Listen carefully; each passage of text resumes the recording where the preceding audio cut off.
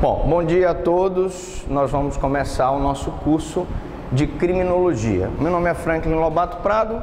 Aqui estão meus contatos do Facebook, onde vocês encontram as aulas que foram sendo postadas. E aqui o contato do Twitter para que vocês possam fazer as perguntas e fazer qualquer comentário, qualquer crítica.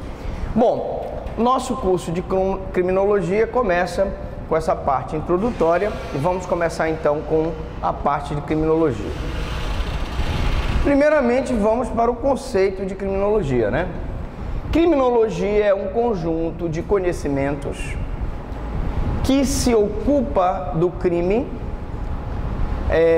da criminalidade e suas causas. Então, o objeto da criminologia é o crime, a criminalidade e suas causas. Da vítima, do controle social do ato criminoso, bem como da personalidade do criminoso e como ressocializá-lo. Então, o objeto da criminologia é contribuir para, com os seus conhecimentos, com as suas experiências empíricas através de análise do caso prático, contribuir para que o direito penal possa melhor combater o crime, a criminalidade, para que o direito penal melhor possa proteger a vítima, para que o direito penal possa descobrir o que na personalidade do criminoso enseja a que ele venha praticar crimes. Nós temos, infelizmente, situações em que a personalidade dele já traz em si imbuída aquela tendência a praticar crime. E principalmente, se ele praticar crime, se ele for punido, como nós vamos ressocializá-lo? Como nós vamos trazê-lo novamente para o convívio social, sem que ele volte a delinquir, sem que ele volte a praticar nenhum ato um fato típico ou ilícito? Bom, então, para que a gente possa entender nesse curso, nessa parte introdutória, nós temos que falar da etimologia da palavra criminologia. Então, etimologicamente, o termo deriva do latim crimino, que significa crime, crimino, e do grego logos, que significa tratado ou estudo. Então, criminologia seria o estudo do crime. Crimino, do crime, logos, estudo. Então, criminologia seria o estudo do crime. Então, seria, portanto, o estudo do crime. É uma ciência empírica ou interdisciplinar. Mas, professor Franklin, o que é uma ciência empírica? É aquela ciência que se baseia em experiências práticas.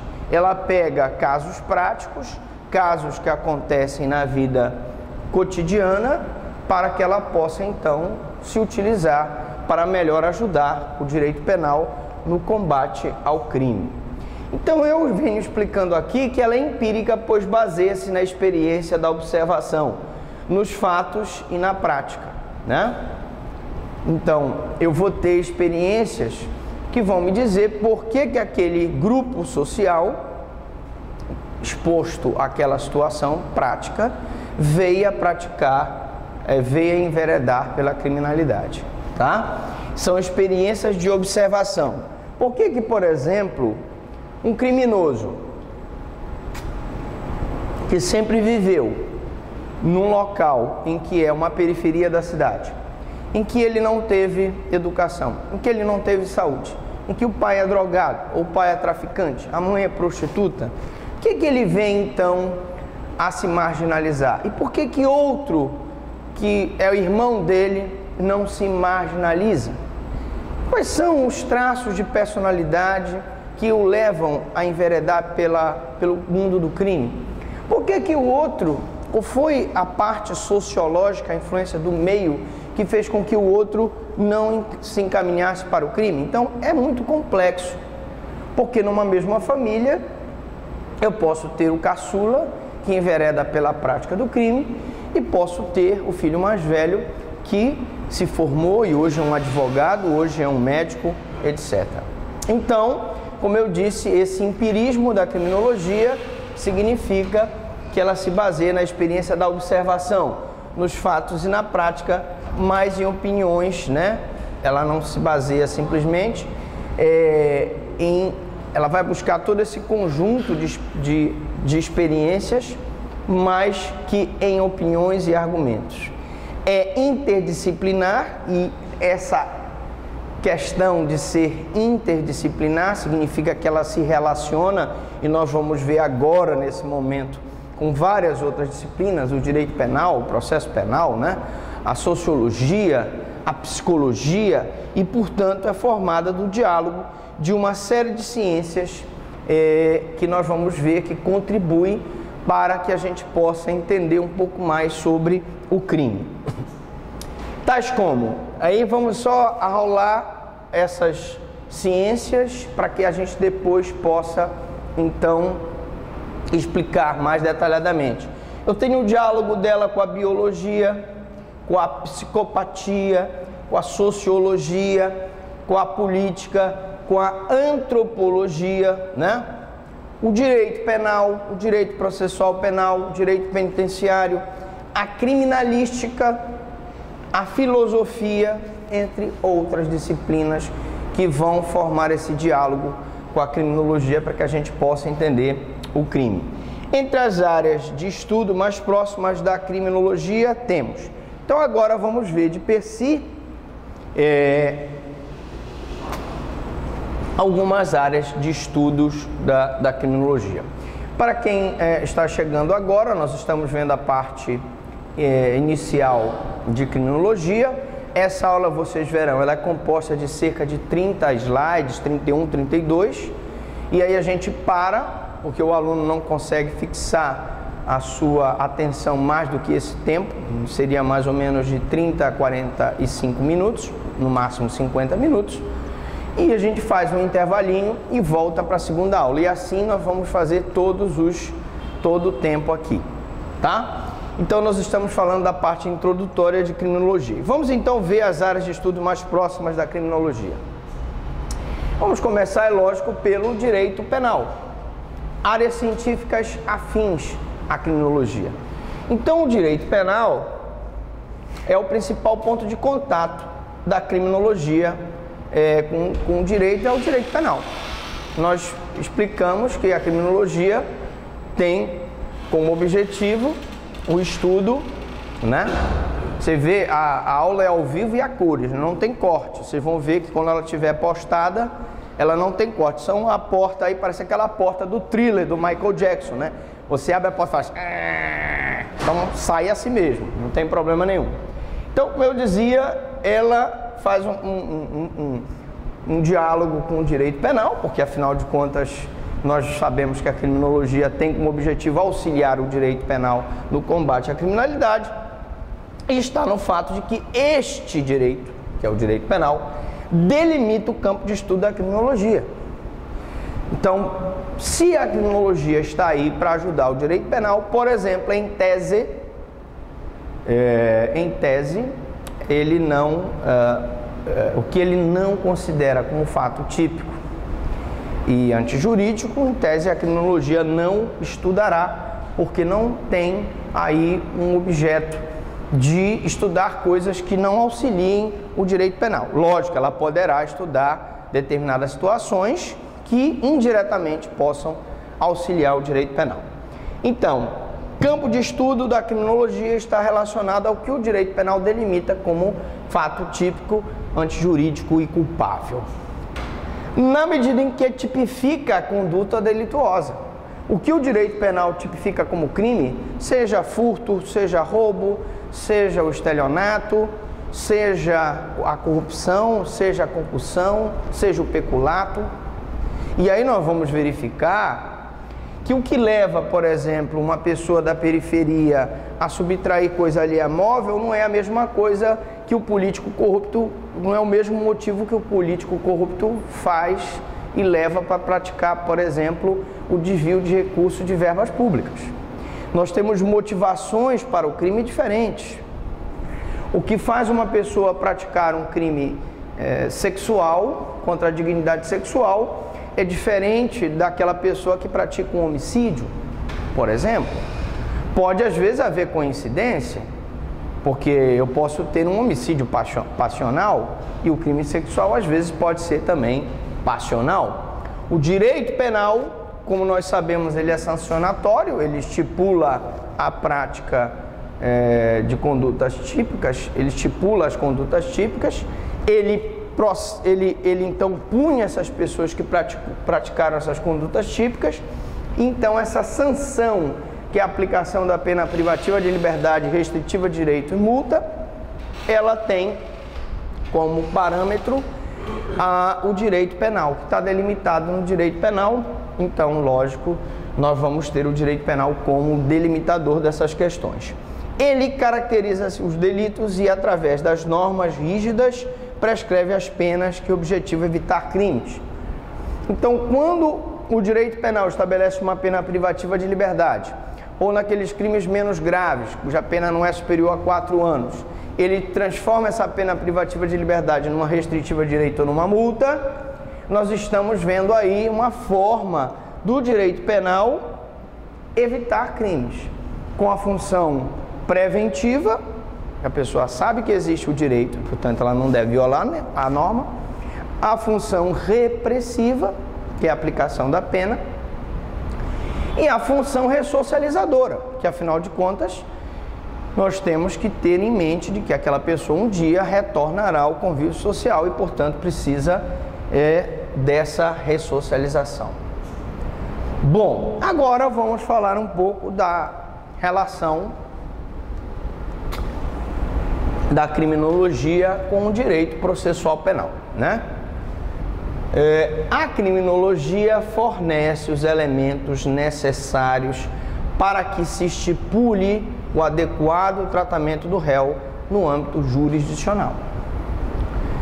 Tudo isso que nós conhecemos sobre princípios do processo penal, no processo e julgamento daquela pessoa que praticou um fato típico e antijurídico, foi moldurado, foi aperfeiçoado pela influência também da criminologia.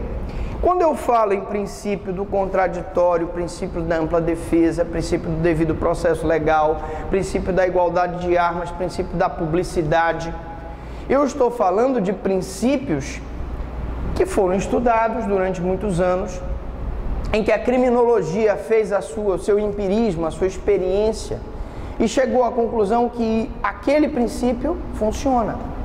Você dá oportunidade para que a outra parte possa contrarrazoar os fatos que são assacados contra si, que é o contraditório, é uma coisa que funciona.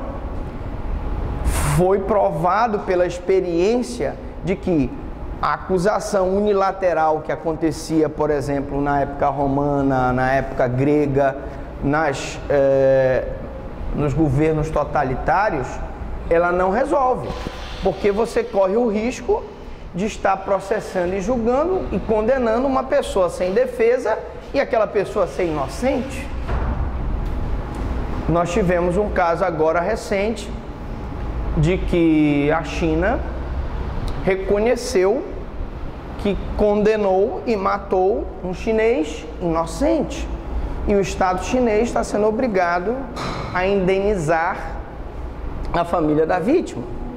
Então, o contraditório, só para dar um exemplo, que nós não podemos falar em todos os princípios, mas o contraditório e a ampla defesa são essenciais para que eu possa ter justiça, e esse princípio está inserido aqui no processo penal, também por influência da criminologia, tá? Também indica qual a personalidade, o contexto social do acusado e do crime. Então, nós temos lá no artigo 59 do Código Penal, são circunstâncias judiciais, a culpabilidade, os antecedentes, a personalidade. Então você usa a personalidade do acusado para fixar a pena base. Se ele é um elemento violento, ele merece uma pena mais grave. Se é um elemento calmo, ele merece uma pena menos grave. E aquelas circunstâncias que estão lá, culpabilidade, que é o juízo de censura feito ao autor do fato típico antijurídico, comportamento social, comportamento da vítima, tudo isso foi colocado lá com um propósito: auxiliar o juiz na fixação de uma pena mais justa. Então, ele auxilia o jurista para que a sentença seja mais justa. Se o objetivo é aplicar a lei penal com justiça, nós vamos então ter uma preocupação de que esse jurista, que no caso aí é o juiz, ele vai então aplicar uma sentença mais justa, levando em consideração a personalidade, os antecedentes, a conduta social, etc.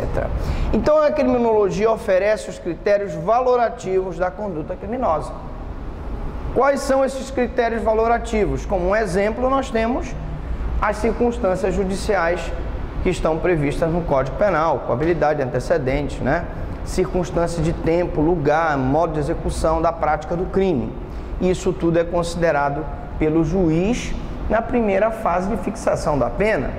Como também nós temos as agravantes e as atenuantes que são consideradas na segunda fase. Por exemplo, uma pessoa que mata o próprio pai para adquirir a herança, com certeza deverá ser punida mais gravemente do que aquela pessoa que matou uma outra pessoa por motivo de relevante valor social ou moral. Entendam que aquelas circunstâncias todas foram colocadas para auxiliar o juiz a proferir uma sentença mais justa. Todas aquelas causas de aumento de pena ou diminuição de pena que estão na terceira fase da sentença também são colocadas como forma de aplicar uma sentença mais justa. Se o crime é tentado, se por circunstâncias alheias à vontade do criminoso o crime não venha a ser consumado, eu vou reduzir a pena de 1 a 2 terços. É justo, professor Franklin? É. Porque se ele pegaria, vamos supor, 30 anos por um homicídio, com a redução da pena em 1 terço, ele só vai pegar 20, se ele não consumou o homicídio. Exemplo, claro que se ele consumou o homicídio e a pessoa falece, ele tem que pegar uma pena maior, mas se ele só tentou matar, aquela pena tem que ser menor, tudo isso visando justamente uma sentença mais justa. Bom, a criminologia pesquisa a eficácia das normas do direito penal. E aí é que está. Muitas pessoas dizem assim: ah, mas, professor Franklin, o direito penal é injusto. O direito penal não ressocializa. Quem é que faz essa análise crítica do direito penal? É a criminologia. É a criminologia, por exemplo, que influenciou na revogação do crime de sedução. Seduzir mulher virgem, aproveitando-se de sua inexperiência ou justificável confiança. Então, quando a mulher era menor de 18, maior de 14, e você, então, com aquela lábia fosse lá e seduzisse, será punido. Mas qual é a eficácia disso?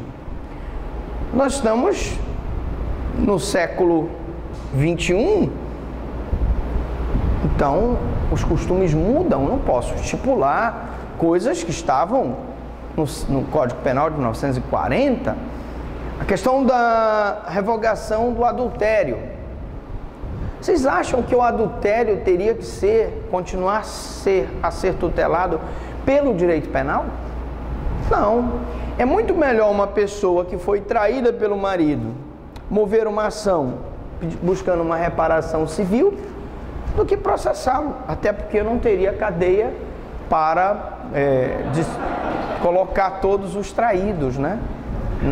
Não teria condições. Então são coisas que a criminologia pesquisa, vê, bom, essa norma do direito penal não tem eficácia, não está servindo para prevenir o crime, bem como ela estuda e desenvolve métodos de prevenção e ressocialização do criminoso. E aí nós vamos falar muito no final desse nosso curso, não aguardem um pouquinho, nós vamos falar da influência da criminologia na execução penal. Nós vamos dizer que é importantíssimo você trabalhar não só a prevenção, mas depois que a pessoa está cumprindo a pena, trabalhar aquele criminoso dentro do cárcere para que ele seja ressocializado. Bom, áreas científicas afins. Direito penitenciário, né? Outro parceirão da criminologia. Gente, o direito penitenciário, ele possui dados, e esses dados, os dados criminológicos, são importantes no direito penitenciário para permitir o correto e eficaz tratamento e ressocialização do apenado. O que a criminologia estuda, para vocês entenderem? Se você tem um criminoso, esse criminoso ele é punido e ele vai para um estabelecimento penitenciário. E lá no estabelecimento penitenciário ele trabalha. Ele faz um curso, por exemplo, de mecânica diesel, de manutenção de computadores, ele faz um curso de padeiro, ele faz um curso de moveleiro.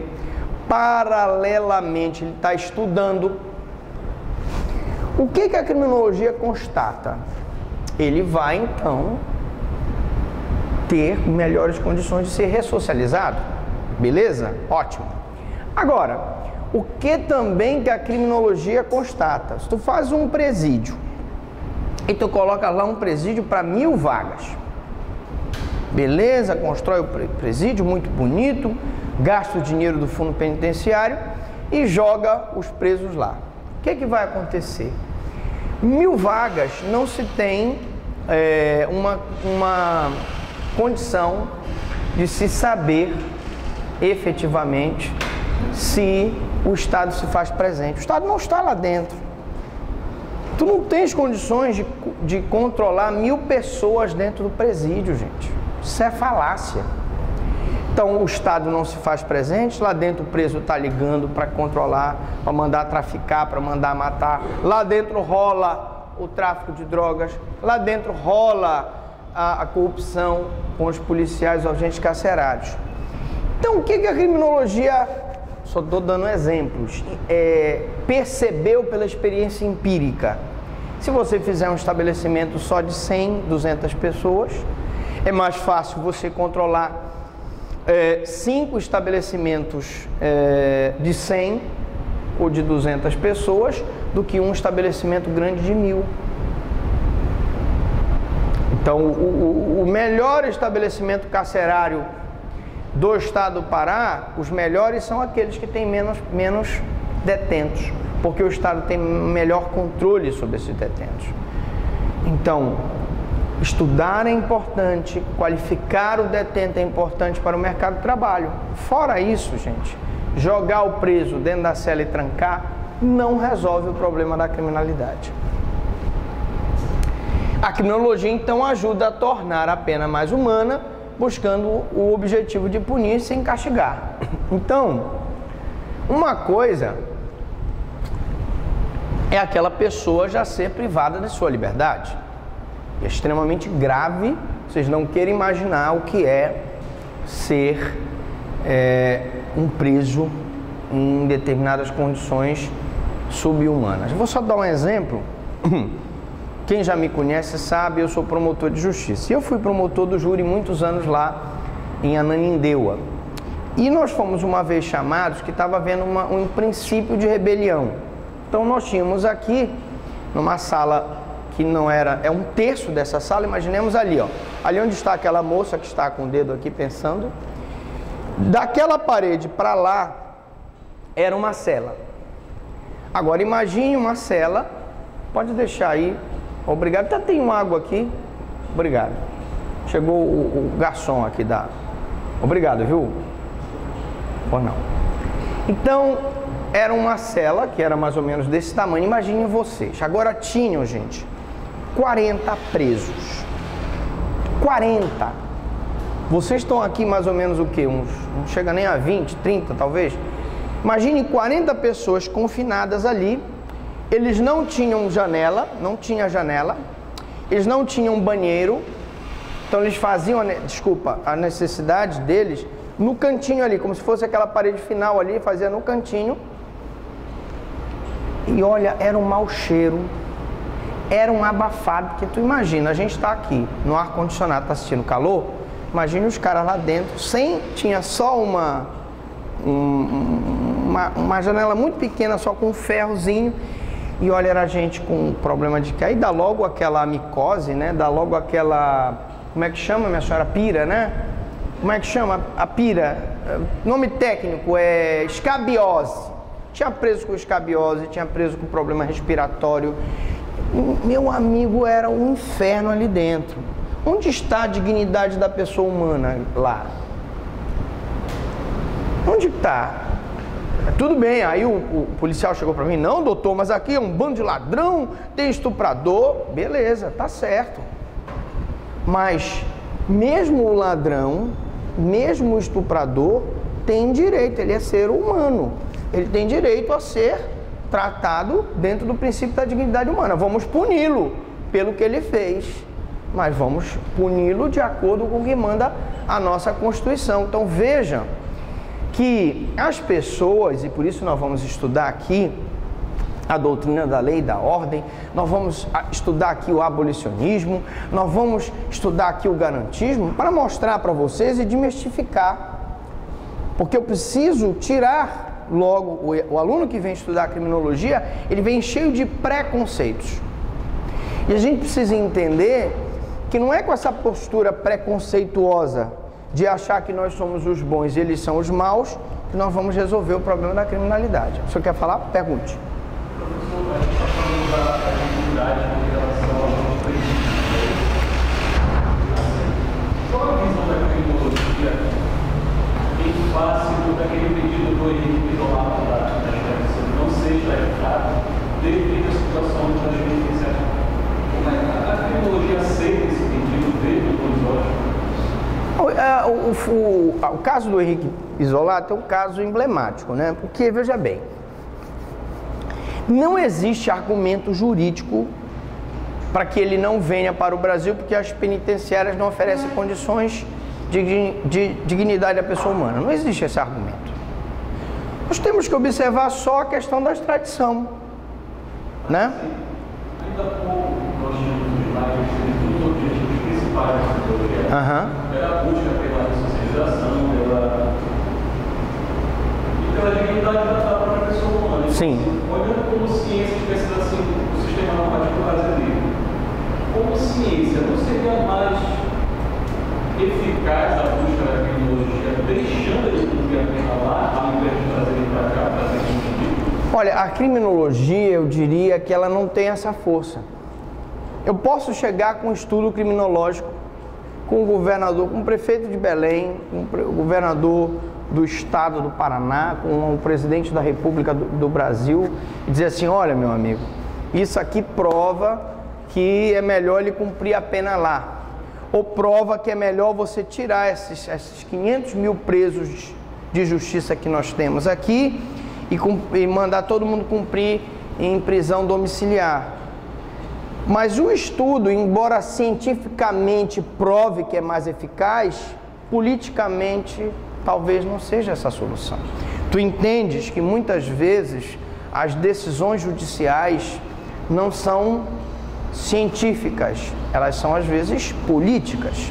Imagina, por exemplo, e aí eu lembro uma história de um promotor de Minas Gerais, eu não sei se vocês se lembram, que começou a entrar sob esse argumento com um pedido de habeas corpus no Tribunal de Justiça de Minas para mandar liberar os presos de um determinado, não sei se era Belo Horizonte, não sei se era Betim, parece que era Betim, para tirar os presos, colocá-los em liberdade, porque lá nas penitenciárias, nas cadeias públicas, não tinham condições deles serem colocados.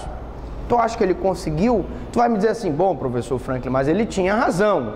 E eu também acho que ele tinha.